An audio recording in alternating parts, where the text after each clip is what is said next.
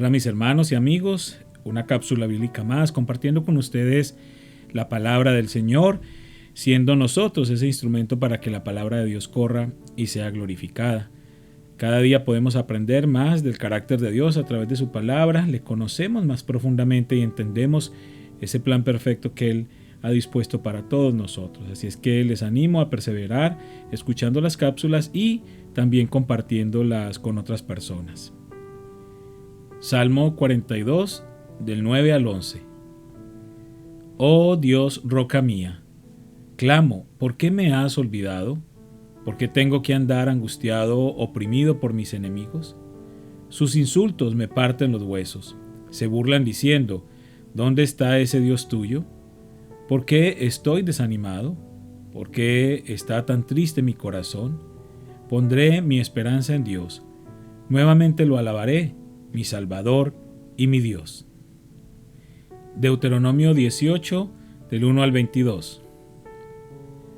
Recuerda que los sacerdotes levitas, es decir, toda la tribu de Leví, no recibirán ninguna asignación de tierra entre las demás tribus de Israel, pero tanto los sacerdotes como los levitas comerán de las ofrendas especiales dadas al Señor, porque esa es la parte que les corresponde.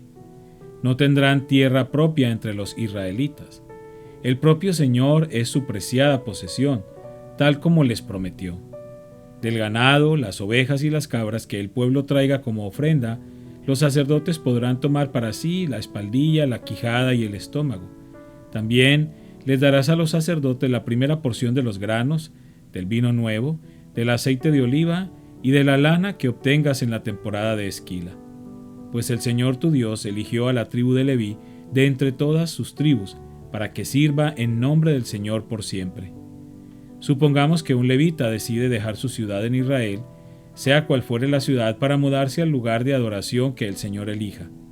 Podrá servir allí en nombre del Señor su Dios, igual que sus hermanos levitas que ya estén sirviendo al Señor en ese lugar, y podrá comer su porción de los sacrificios y las ofrendas, aun cuando también reciba sustento de su familia.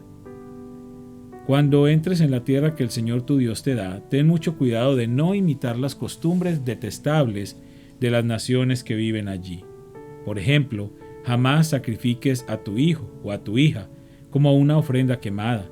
Tampoco permitas que el pueblo practique la adivinación, ni la hechicería, ni que haga interpretación de agüeros, ni se mezcle en brujerías, ni haga conjuros.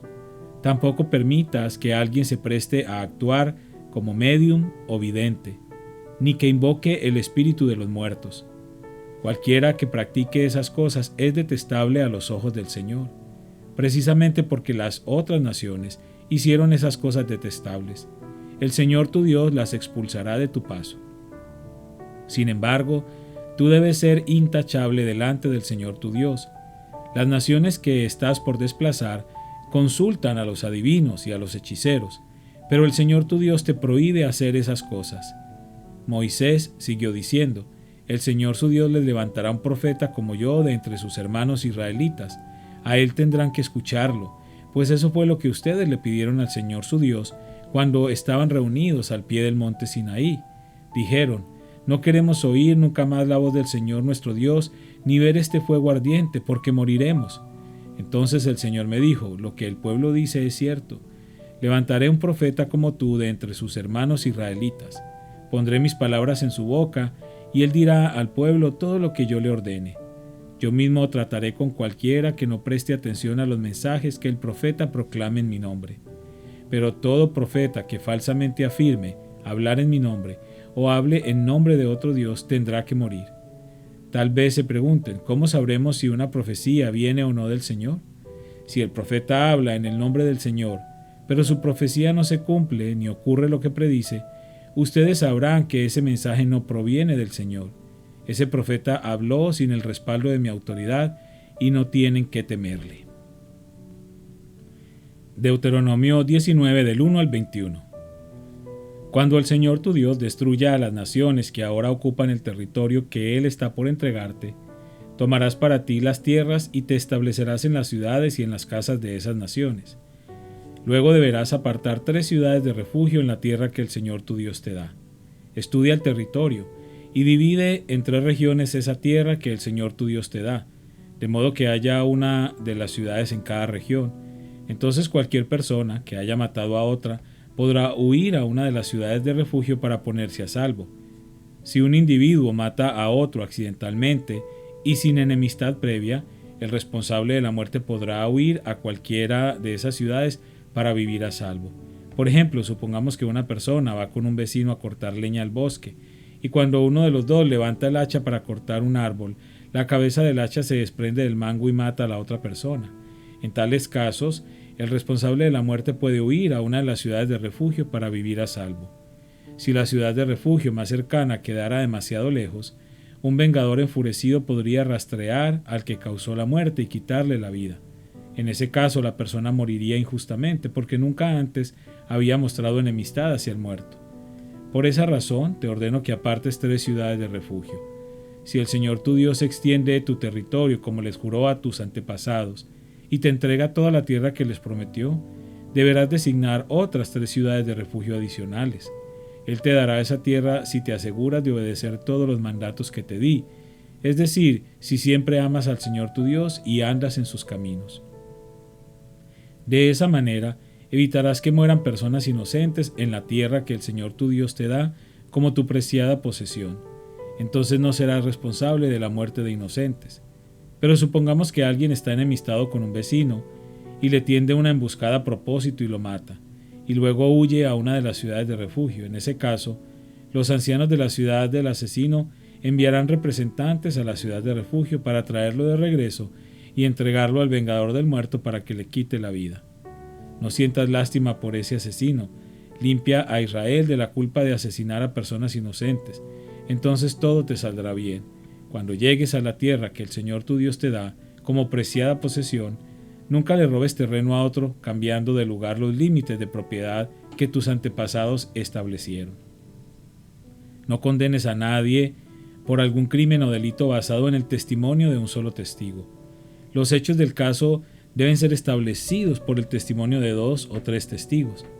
Si un testigo malicioso se presenta y acusa a alguien de haber cometido algún crimen o delito, tanto el que acusa como el acusado deberán presentarse ante el Señor al acudir a los sacerdotes y a los jueces que estén en ejercicio en esos días. Los jueces tendrán que investigar el caso a fondo. Si el acusador presentara cargos falsos contra otro israelita, le impondrás a él la sentencia que pretendía para la otra persona. De ese modo limpiarás esa maldad que hay en medio de ti. Entonces el resto del pueblo se enterará del caso y tendrá temor de cometer semejante maldad. No muestres compasión por el culpable. La regla que seguirás es vida por vida, ojo por ojo, diente por diente, mano por mano, pie por pie. Deuteronomio 20, del 1 al 20. Cuando salgas a luchar contra tus enemigos y te enfrentes con caballos y carros de guerra, y con un ejército más numeroso que el tuyo, no tengas miedo. El Señor tu Dios, quien te sacó de la tierra de Egipto, está contigo.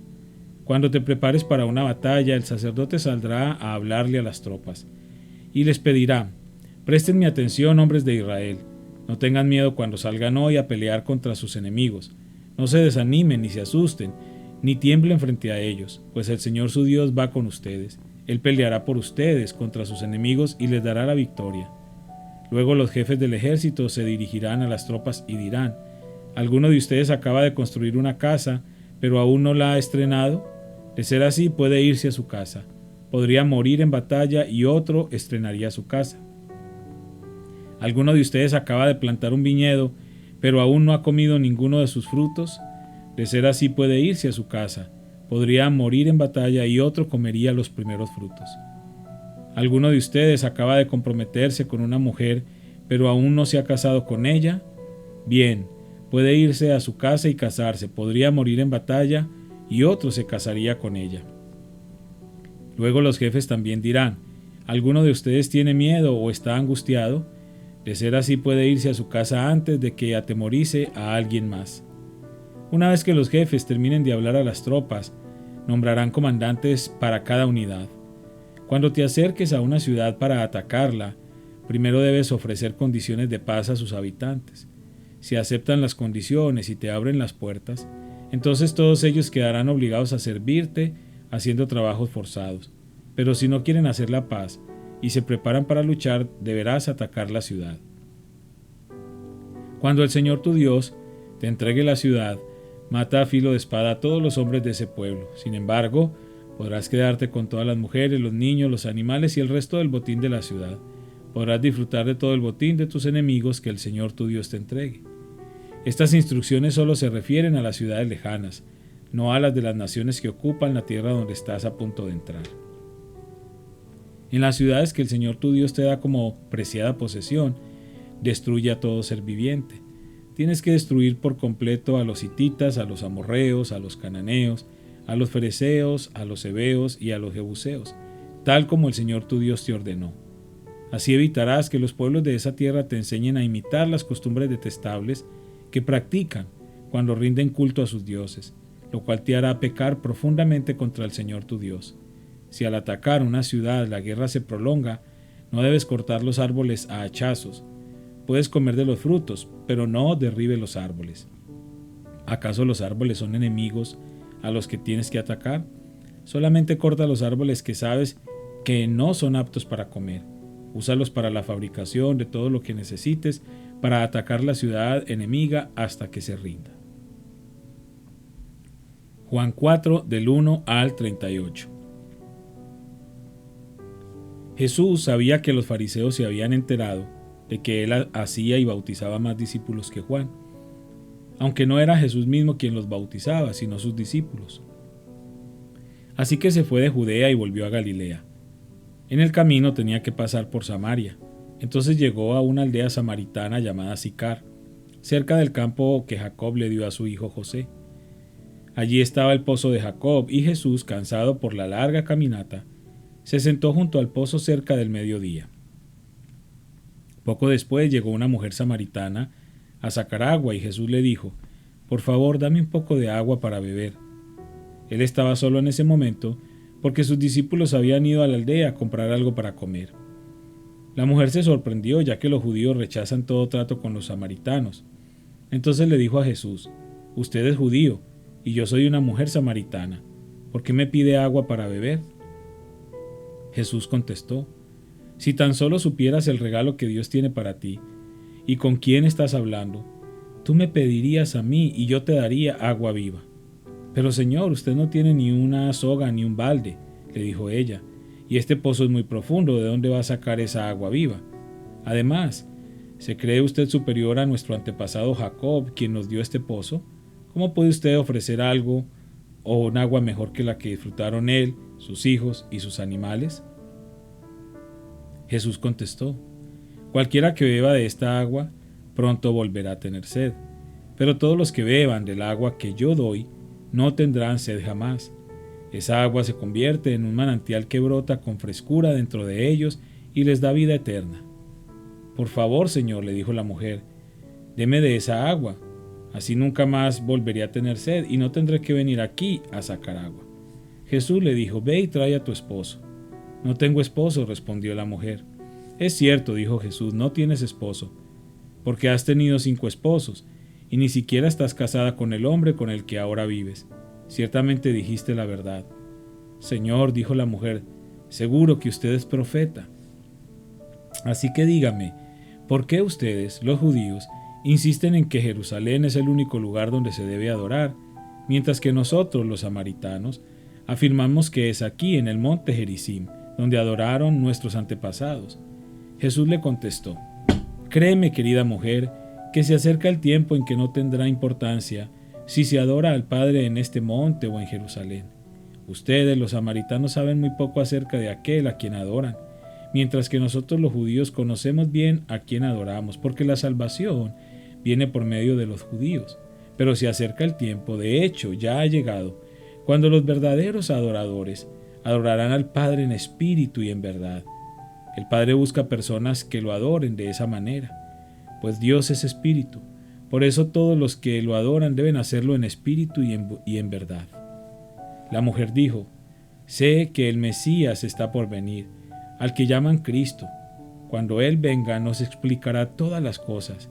Entonces Jesús le dijo: «Yo soy el Mesías». Justo en ese momento volvieron sus discípulos. Se sorprendieron al ver que Jesús hablaba con una mujer, pero ninguno se atrevió a preguntarle ¿qué quieres de ella? O ¿por qué le hablas?